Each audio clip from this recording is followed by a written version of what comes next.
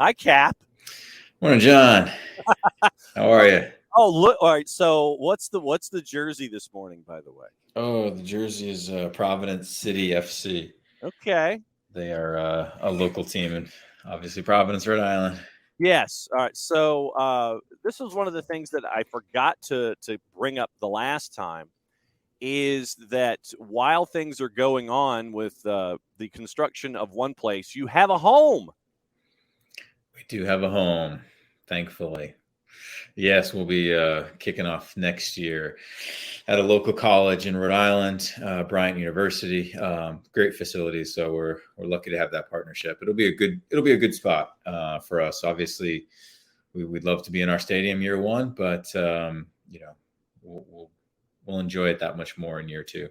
And so, for those that haven't had the chance to kind of keep up with things, I know that the process is taking longer for various reasons and things like that. But what's it like for you and for everybody there at Rhode Island FC to get this next stage of the growth part going to where, okay, we know where we're going to be playing. Things are still growing and going, but we now have a home that we can build upon in year number one.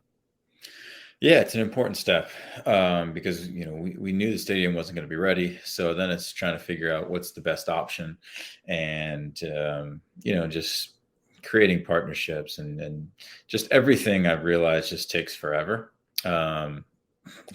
Building a stadium and getting this, that, and the other thing done and signed and sealed, and everything just takes forever. We're very lucky and very fortunate for this partnership because it's going to be really good for us. We're going to be able to train there and play there. They've got great facilities, so it'll be really good for the guys. It'll set us up well for year one. And you mentioned what it's been like for you as an education. Hang on just a second. Tell you what, let me take down since you're here. Since you're here, I figure I may as well make sure that folks see. Yes, sir. Right there, that does exist. I figure with your segment, we will go ahead and we will have the Rhode Island FC scarf available for viewing and purchasing, by the way. If you go to the website, you can catch up with Rhode Island FC and get the gear. Oh, actually, hang on just a second. I want to check something because your gear, and I mean that in the sense of Rhode Island FC's, there were times where you couldn't get it because you guys were like out of the blocks, and it's like, okay, we're shopping, and it's like everything's on back order. I'm gonna do an order here really quickly. I just want to see if I can get something. Okay, add to cart. All right, so we can add things to carts. All right, so you're stocked up. Yes, we are. Get your shopping going. All right, so there's a couple of things, and I know here in Atlanta, folks are fired up yesterday after what happened with Franco Ibarra. When it comes to the rules of Major League Soccer, rules are rules, and it sometimes doesn't come out your way. When it came to your career and your teammates and friends and things like that, Andrew Gutman was another example with Atlanta United as well, with him being moved to Colorado. What's it like for players in Major League Soccer or wherever when you have friends moved, when they're traded, when they go to other places, when they sign new contracts and things like that? What does it do to the friendships and the locker room when you have things like this happen either in season or at the end of a year when it may not necessarily have been expected? Yeah, I think it depends on the situation because sometimes you're really happy for the guy because he wanted it or he wanted to go at least somewhere else. And other times, like yesterday, I think that it just makes you upset at the front office, honestly. That it got to this situation and now someone who's a big part of the team and playing pretty well is shipped off and they didn't want to be shipped off. And that can hurt a locker room a little bit. I'm not gonna lie. It's that's frustrating. And I know that I was leaving around the same time as those things were going down in Atlanta as well. But yeah, of course, when you see guys like Gressel and Nagby and Leandro and Tito go, and you're like, man, like could, and you're still on the team the next year, and you're like, man, we could surely could use those guys right now. But also, good guys in the locker room, things like that. And I know that players don't always understand, the salary cap and everything that's going on. And so there's that as well, right? I mean, every front office has got a tough job to navigate some of the rules in MLS. And to that point, the signing of Messi and FC Barcelona that's coming with him. Yeah, we'll get into that too. One of the best things that can come out of that, outside of obviously Messi and his aura, is rule changes. Mm-hmm. Right? It's like, how are Miami going to do this, that? Well, the number one way they can is just eliminate some of the BS rules. Open up the roster a little bit more for flexibility and allow teams to do what they want. Right? If that change comes from Messi coming in, like, that's such a huge win for MLSPA and the future of the league. Right? I mean, the PA fights hard for some of these things, and then like charter flights, for example, is something we fought for a long time, and then all of a sudden COVID comes, and poof, now we've got the money to do charter flights. David Beckham obviously introduced the DP rule, and so now how does Messi change his rules? And I'm fine for it, right? If that helps Miami in the short term, whatever, it's going to help everybody else in the long term. So, all right. So I was going to ask about Messi because we really haven't had the chance to go down this door or this hallway. If you go down a door, then that's going to be a short trip.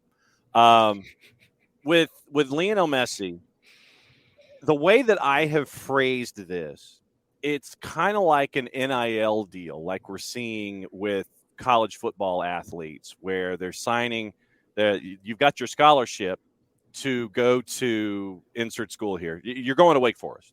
So you're going to Wake Forest to play football or what have you, whatever sport. But then you have all these other businesses that want to sit there and go, hey, we'd like for you to sponsor our product. And they put their, arm over your shoulder and go, hey, you should sponsor our product. We'll give you this.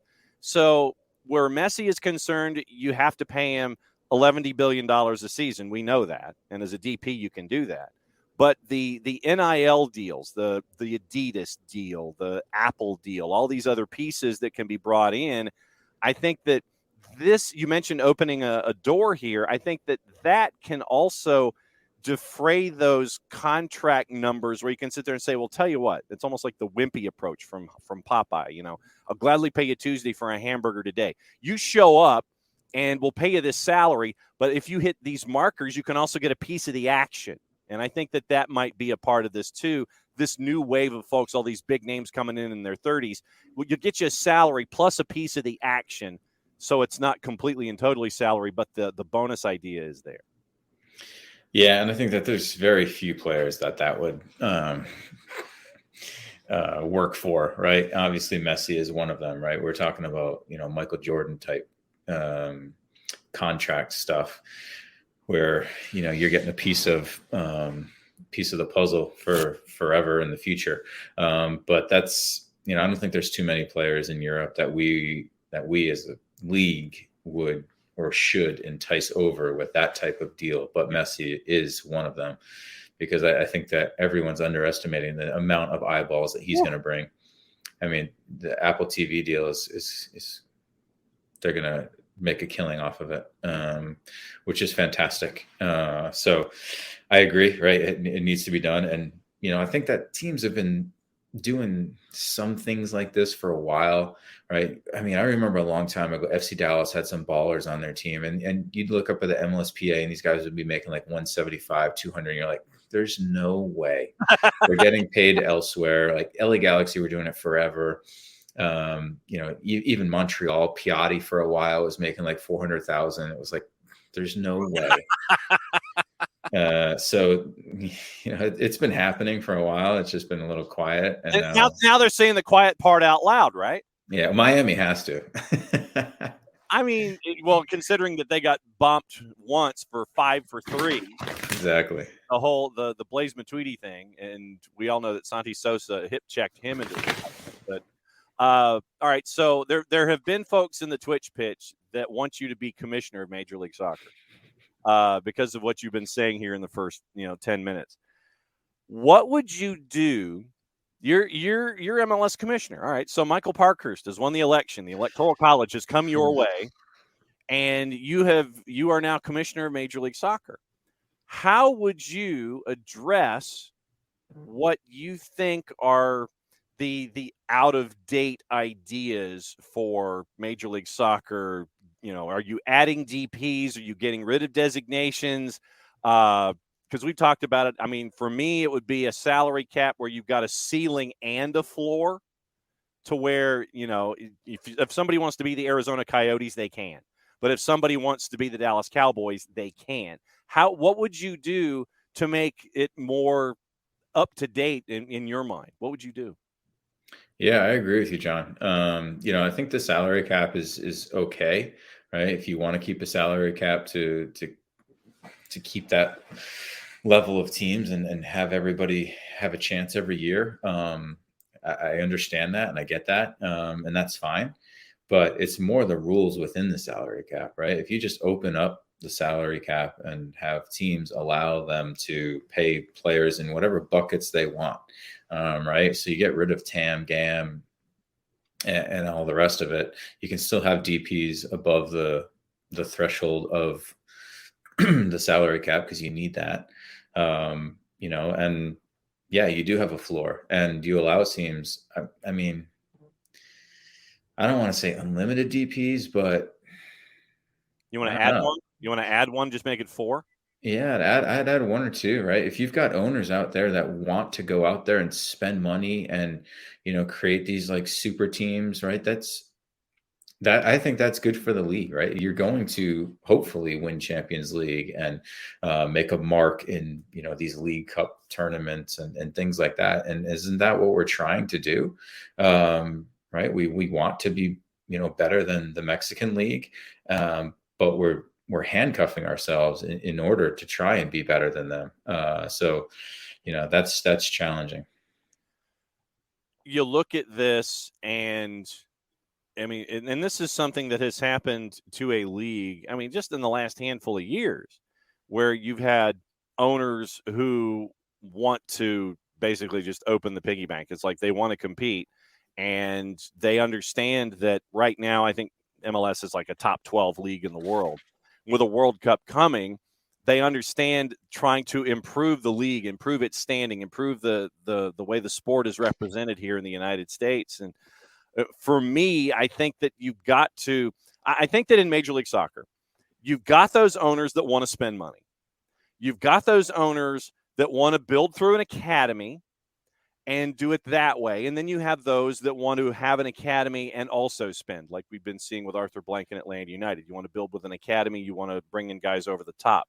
So I think that also if there's someone that doesn't want to spend and they see what's going on around them, I can guarantee you that there are businessmen like Michael Parkhurst that would sit there and say, oh, well, bro, I'll buy it from you and I'll spend money. I mean, I think that those guys are out there if you run into those owners that are just kind of like, nah, not interested, because MLS is growing so much. Totally. And that's where we are right now as far as when MLSPA gets together for these negotiations with the ownership, right? We can see that the ownership group is split. You've got the old owners who are, the Crafts and Hunts and a few others who like things the way they are, spend as little as possible, while you see your equity grow in the long term.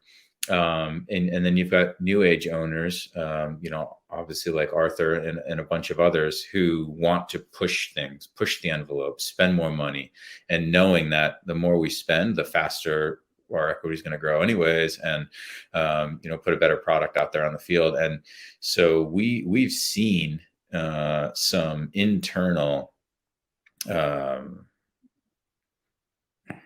disagreements over how things should be done. Yeah. And so, there are some owners that are on the player side to a certain extent. And it's a battle for them too. It's just that the owners that have been there the longest have the most clout and the most pull within the ownership group because they've lost the most money. They've been there the longest, and the league wouldn't be here without them.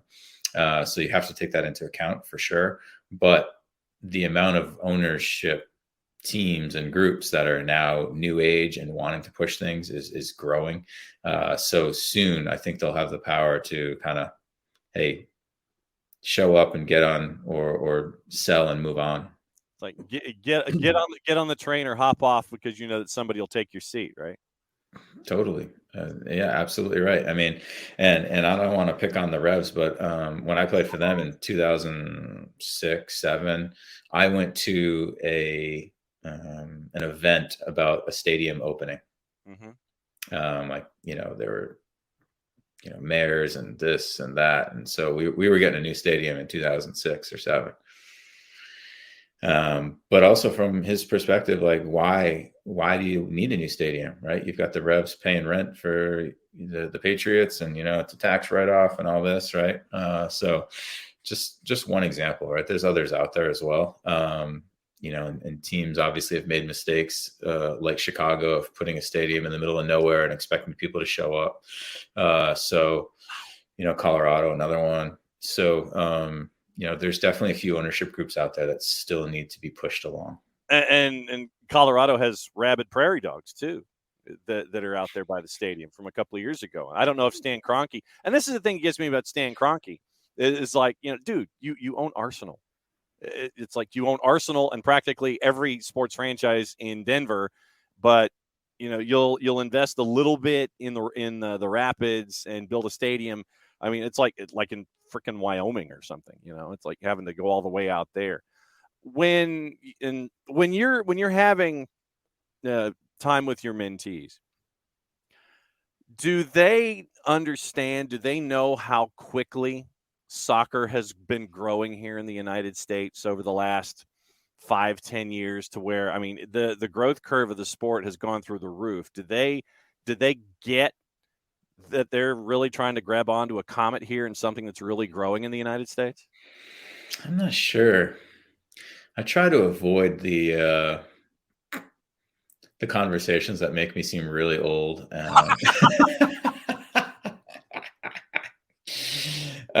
So no, I don't go through the every now and then. Back in my day, every now and then a conversation will come up around like how when I entered the league, contracts, guys like Jeff Lorenowitz came in making like $16,000 a year, and Chris Wondolowski. And I still remember my first preseason. We had this guy that was on the Revs for a year or two, and he was so excited that he was on a senior developmental contract instead of the lower developmental contract. And the difference was like a $12,000 contract versus like a $16,000 contract. That's per year. We're not talking per month. So you guys are like, I mean, you guys early on in your careers, I mean, it's like ramen noodles and buffets. Yeah. Yeah. Guys lived with host families. I'd say over half the team in New England were living with host families. I mean, you mentioned 12,000 and 16,000 and you're going, but the thing is that you were playing professional soccer and you were doing what you were loving and getting paid for it, even if it was 12,000 or 16,000, and you were being billeted, in New England. But it's just to see where the sport has grown and where you guys are now. And I mean, this in the sense of you and Greg and what you're trying to build. You get to share those lessons with these generations that are coming in behind.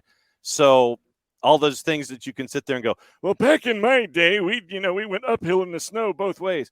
That way they get to learn from all of this.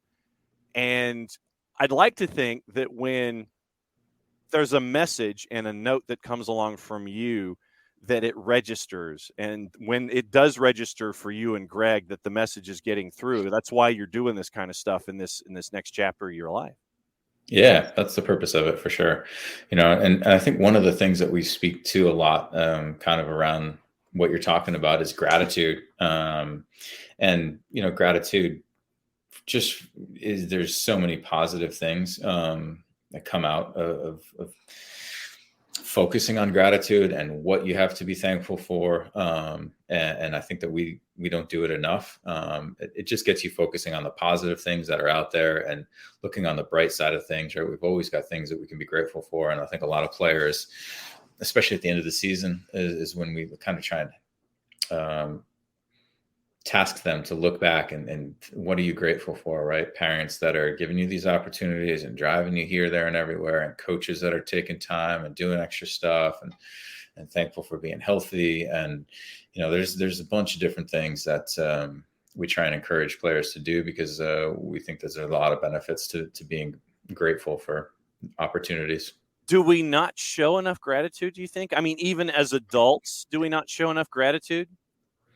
Probably not. It's and that's just society. It's hustle and bustle, and sometimes there's not enough time to take a few moments and reflect. And I think that there's always like a wanting more type mentality out there, and that's there's part of that's great, right? Because it's pushing us, and you need that motivation, right? But there's also times to be thankful for what we do have, and taking that time. And like I said, it forces you to kind of slow down for a minute and also look at all the positive things that are around you and find the positive things, which is very valuable for our mental well-being and even physical well-being.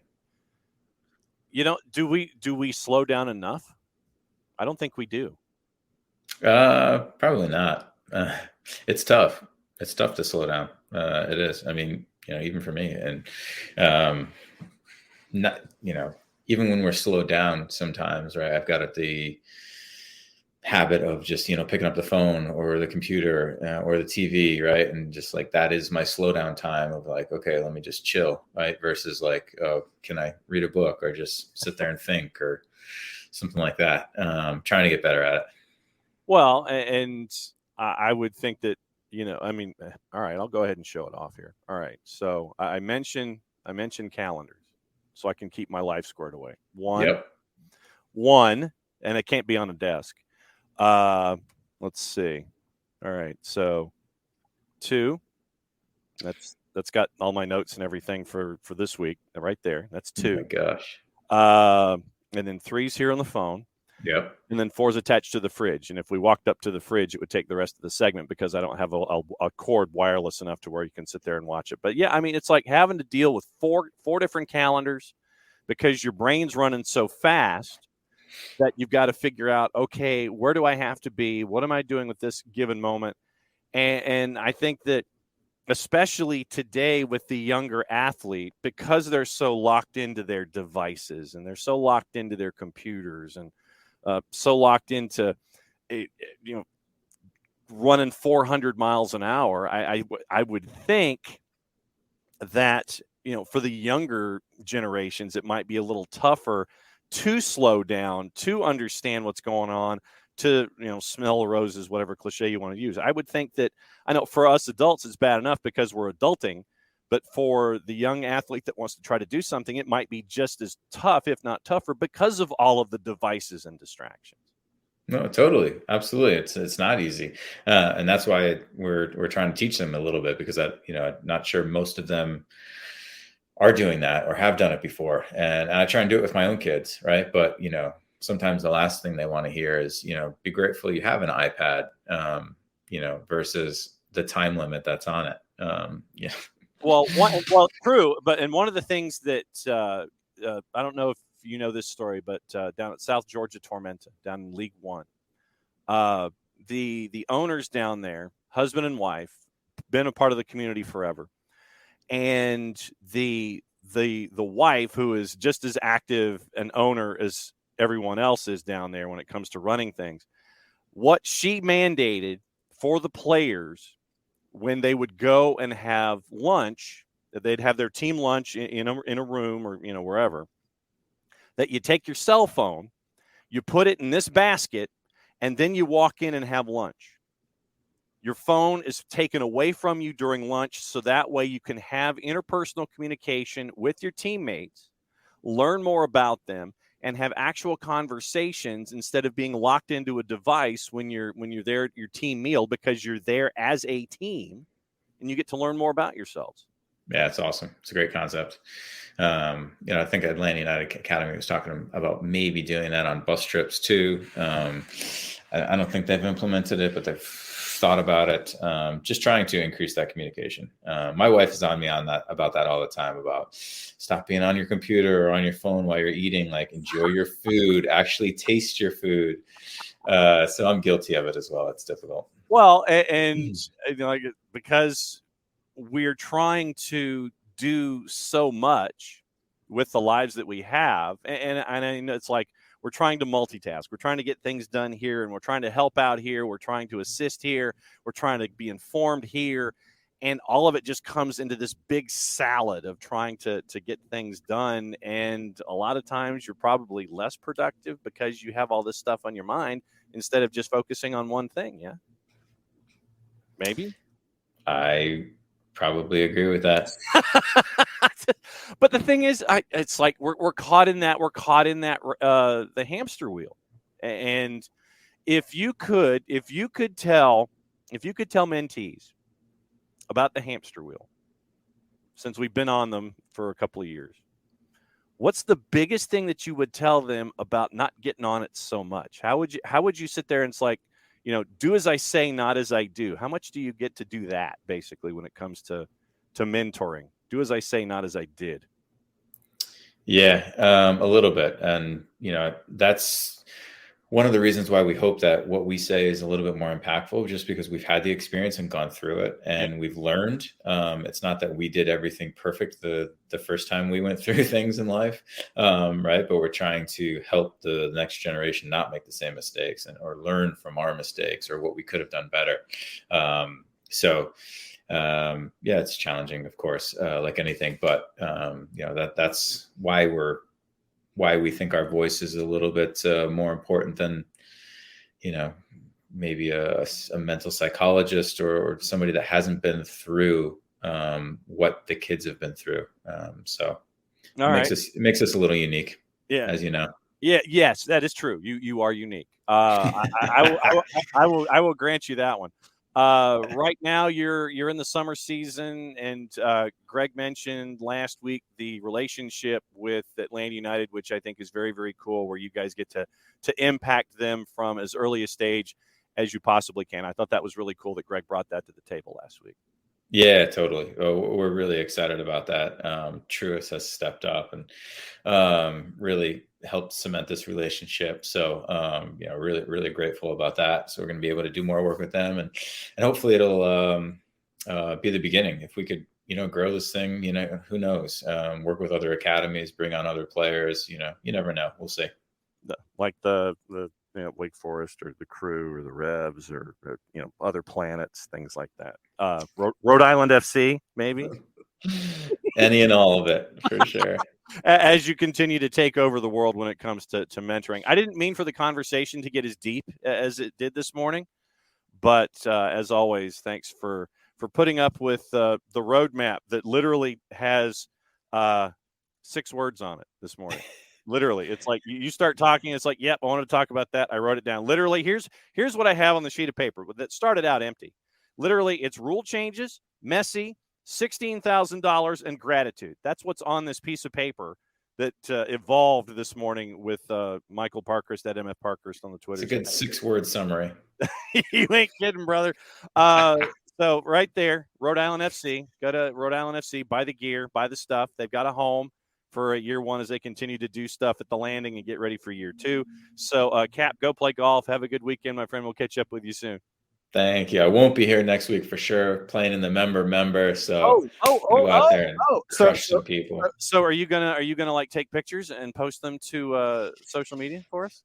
I could try and do that. I'm not very good at it, but I'll try and do that. Yeah. Take some Instagram stories and shoot some Instagram stories and maybe I should Twitter video and things like that, because and make sure that it's all your other partners, the member and all that kind of stuff. We need the breakfast ball shots, and we need all that other stuff. I got to find out if breakfast ball applies to a tournament. I don't think it does. Well, and that's what mulligans are for. 1 mulligan per 9, right? That's how I play, John. But right there with you, brother. All right, get out of here. Have a good weekend.